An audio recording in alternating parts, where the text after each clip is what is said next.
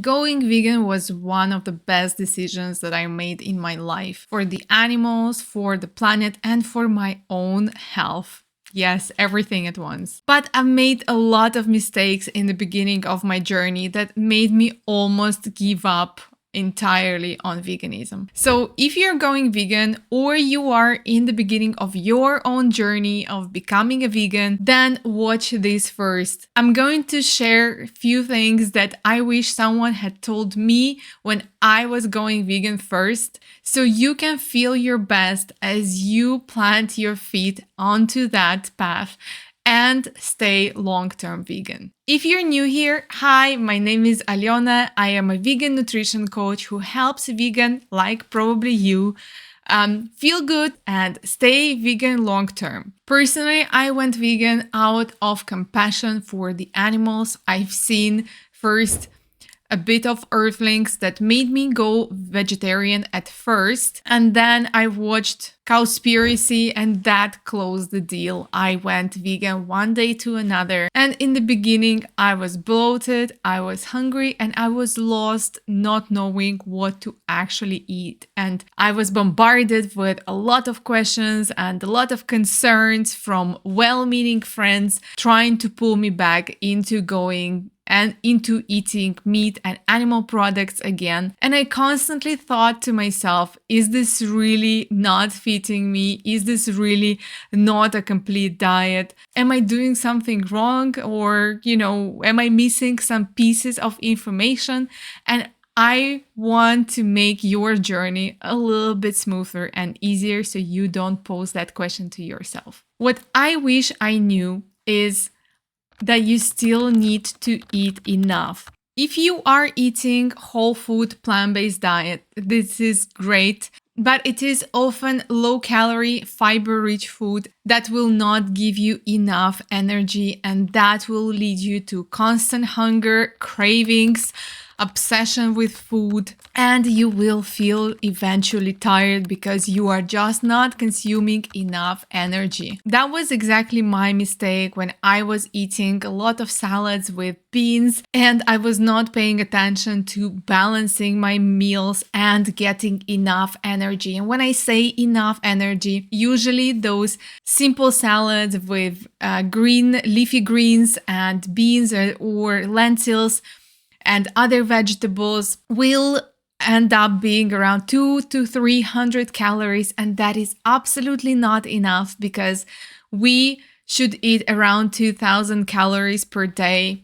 For men, it's a little bit more. For women, it may be a little bit less, depending on your metabolism, your activity levels, depending on your weight. Generally, striving to get around 450, 500, 600 calories per proper meal, per breakfast, lunch, and dinner will give you enough energy to actually leave from one meal to another and not crave food like I did in the beginning of my journey. Second thing I wish that I knew is that protein, iron, and omega-3s matter. You may have heard about protein. Some say that you don't have to worry, you for sure eat enough, there is no such a thing as a protein deficiency, and others may be saying that you need to eat more protein, you need to eat a lot, and you don't know which side to choose. I am trying to stay somewhere in the middle, to not only focus on protein and eat 150 grams of protein per day, but at the same time, not focusing on protein will lead potentially to feeling hunger, cravings, and feeling empty in your stomach. So try to find your balance and see if you are feeling hungry, you feel tired, you are losing your hair, craving for carbs very often, then try to note how much protein you are actually eating. And for many people, between 80 to 100 will be a good goal. And believe me, a lot of people don't get that much without the actual focus on protein at the meals. Carbs are really easy to get Fat is really easy to get if you are consuming oils or nut butters, but protein needs a little bit of a focus. It's not difficult, but it needs a little bit more of a focus in our meals. And another reason why protein is actually so important to focus on is that along with protein in the plant foods, there comes iron as well. And iron also needs a focus in order to get enough every day so that you keep your energy levels high. Remember, protein, iron go hand in hand. Get enough of one, you're likely to get enough of the other. And you're likely to also keep your energy levels stable and high as a vegan. And another part that I mentioned is omega-3s. It also matters not only from chia seeds, hemp seeds, walnuts, but from good quality algae oil.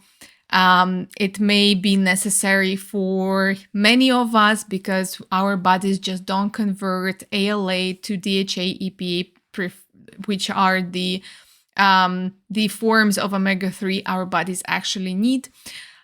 You can also test that on the omega index if you want to know for sure if you're converting enough or not. You may want to consider taking omega-3s from algae oil as a precaution if you don't do the test. Third thing I wish I knew when I was just going vegan is that hormones and digestion may need an extra support. A lot of people get bloated in the beginning of the vegan journey, and I was among them as well, but that is because my digestion was not just able to deal with all that fiber, and it is the case for many new vegans. Our guts are just not ready to be bombarded with so much fiber when we were eating low fiber diets, when we were not eating beans, and then suddenly out of the blue, we are eating tons and tons of beans every day, and our gut bacteria are not ready to digest that. So there you go, with that comes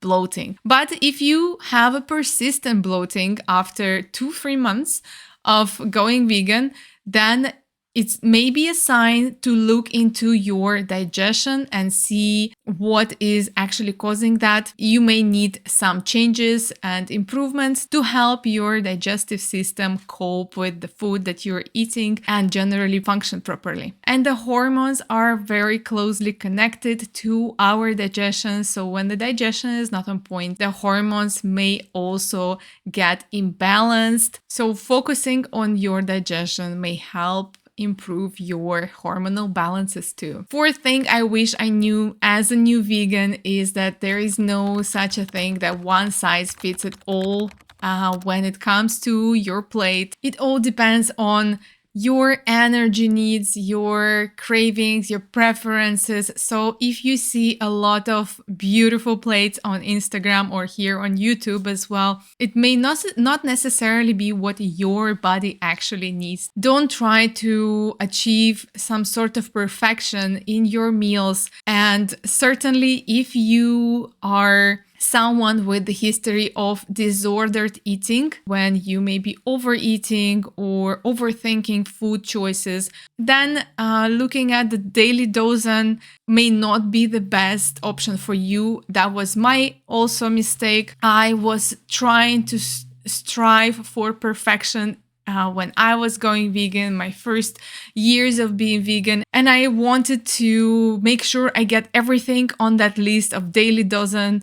And that made me overeat heavily because I thought I need to eat all of those products in order to be healthy. But overeating is already not healthy. It's already going against what our bodies actually need or want. So if you are anything like me and those kind of lists and beautiful plates, perfect plates trigger you, then you may want to stay away from those and try to find what you need, what your body craves, and tune in with your hunger levels, with your desires in around food and what actually comforts you, what actually fills you up, what makes you satisfied with the food.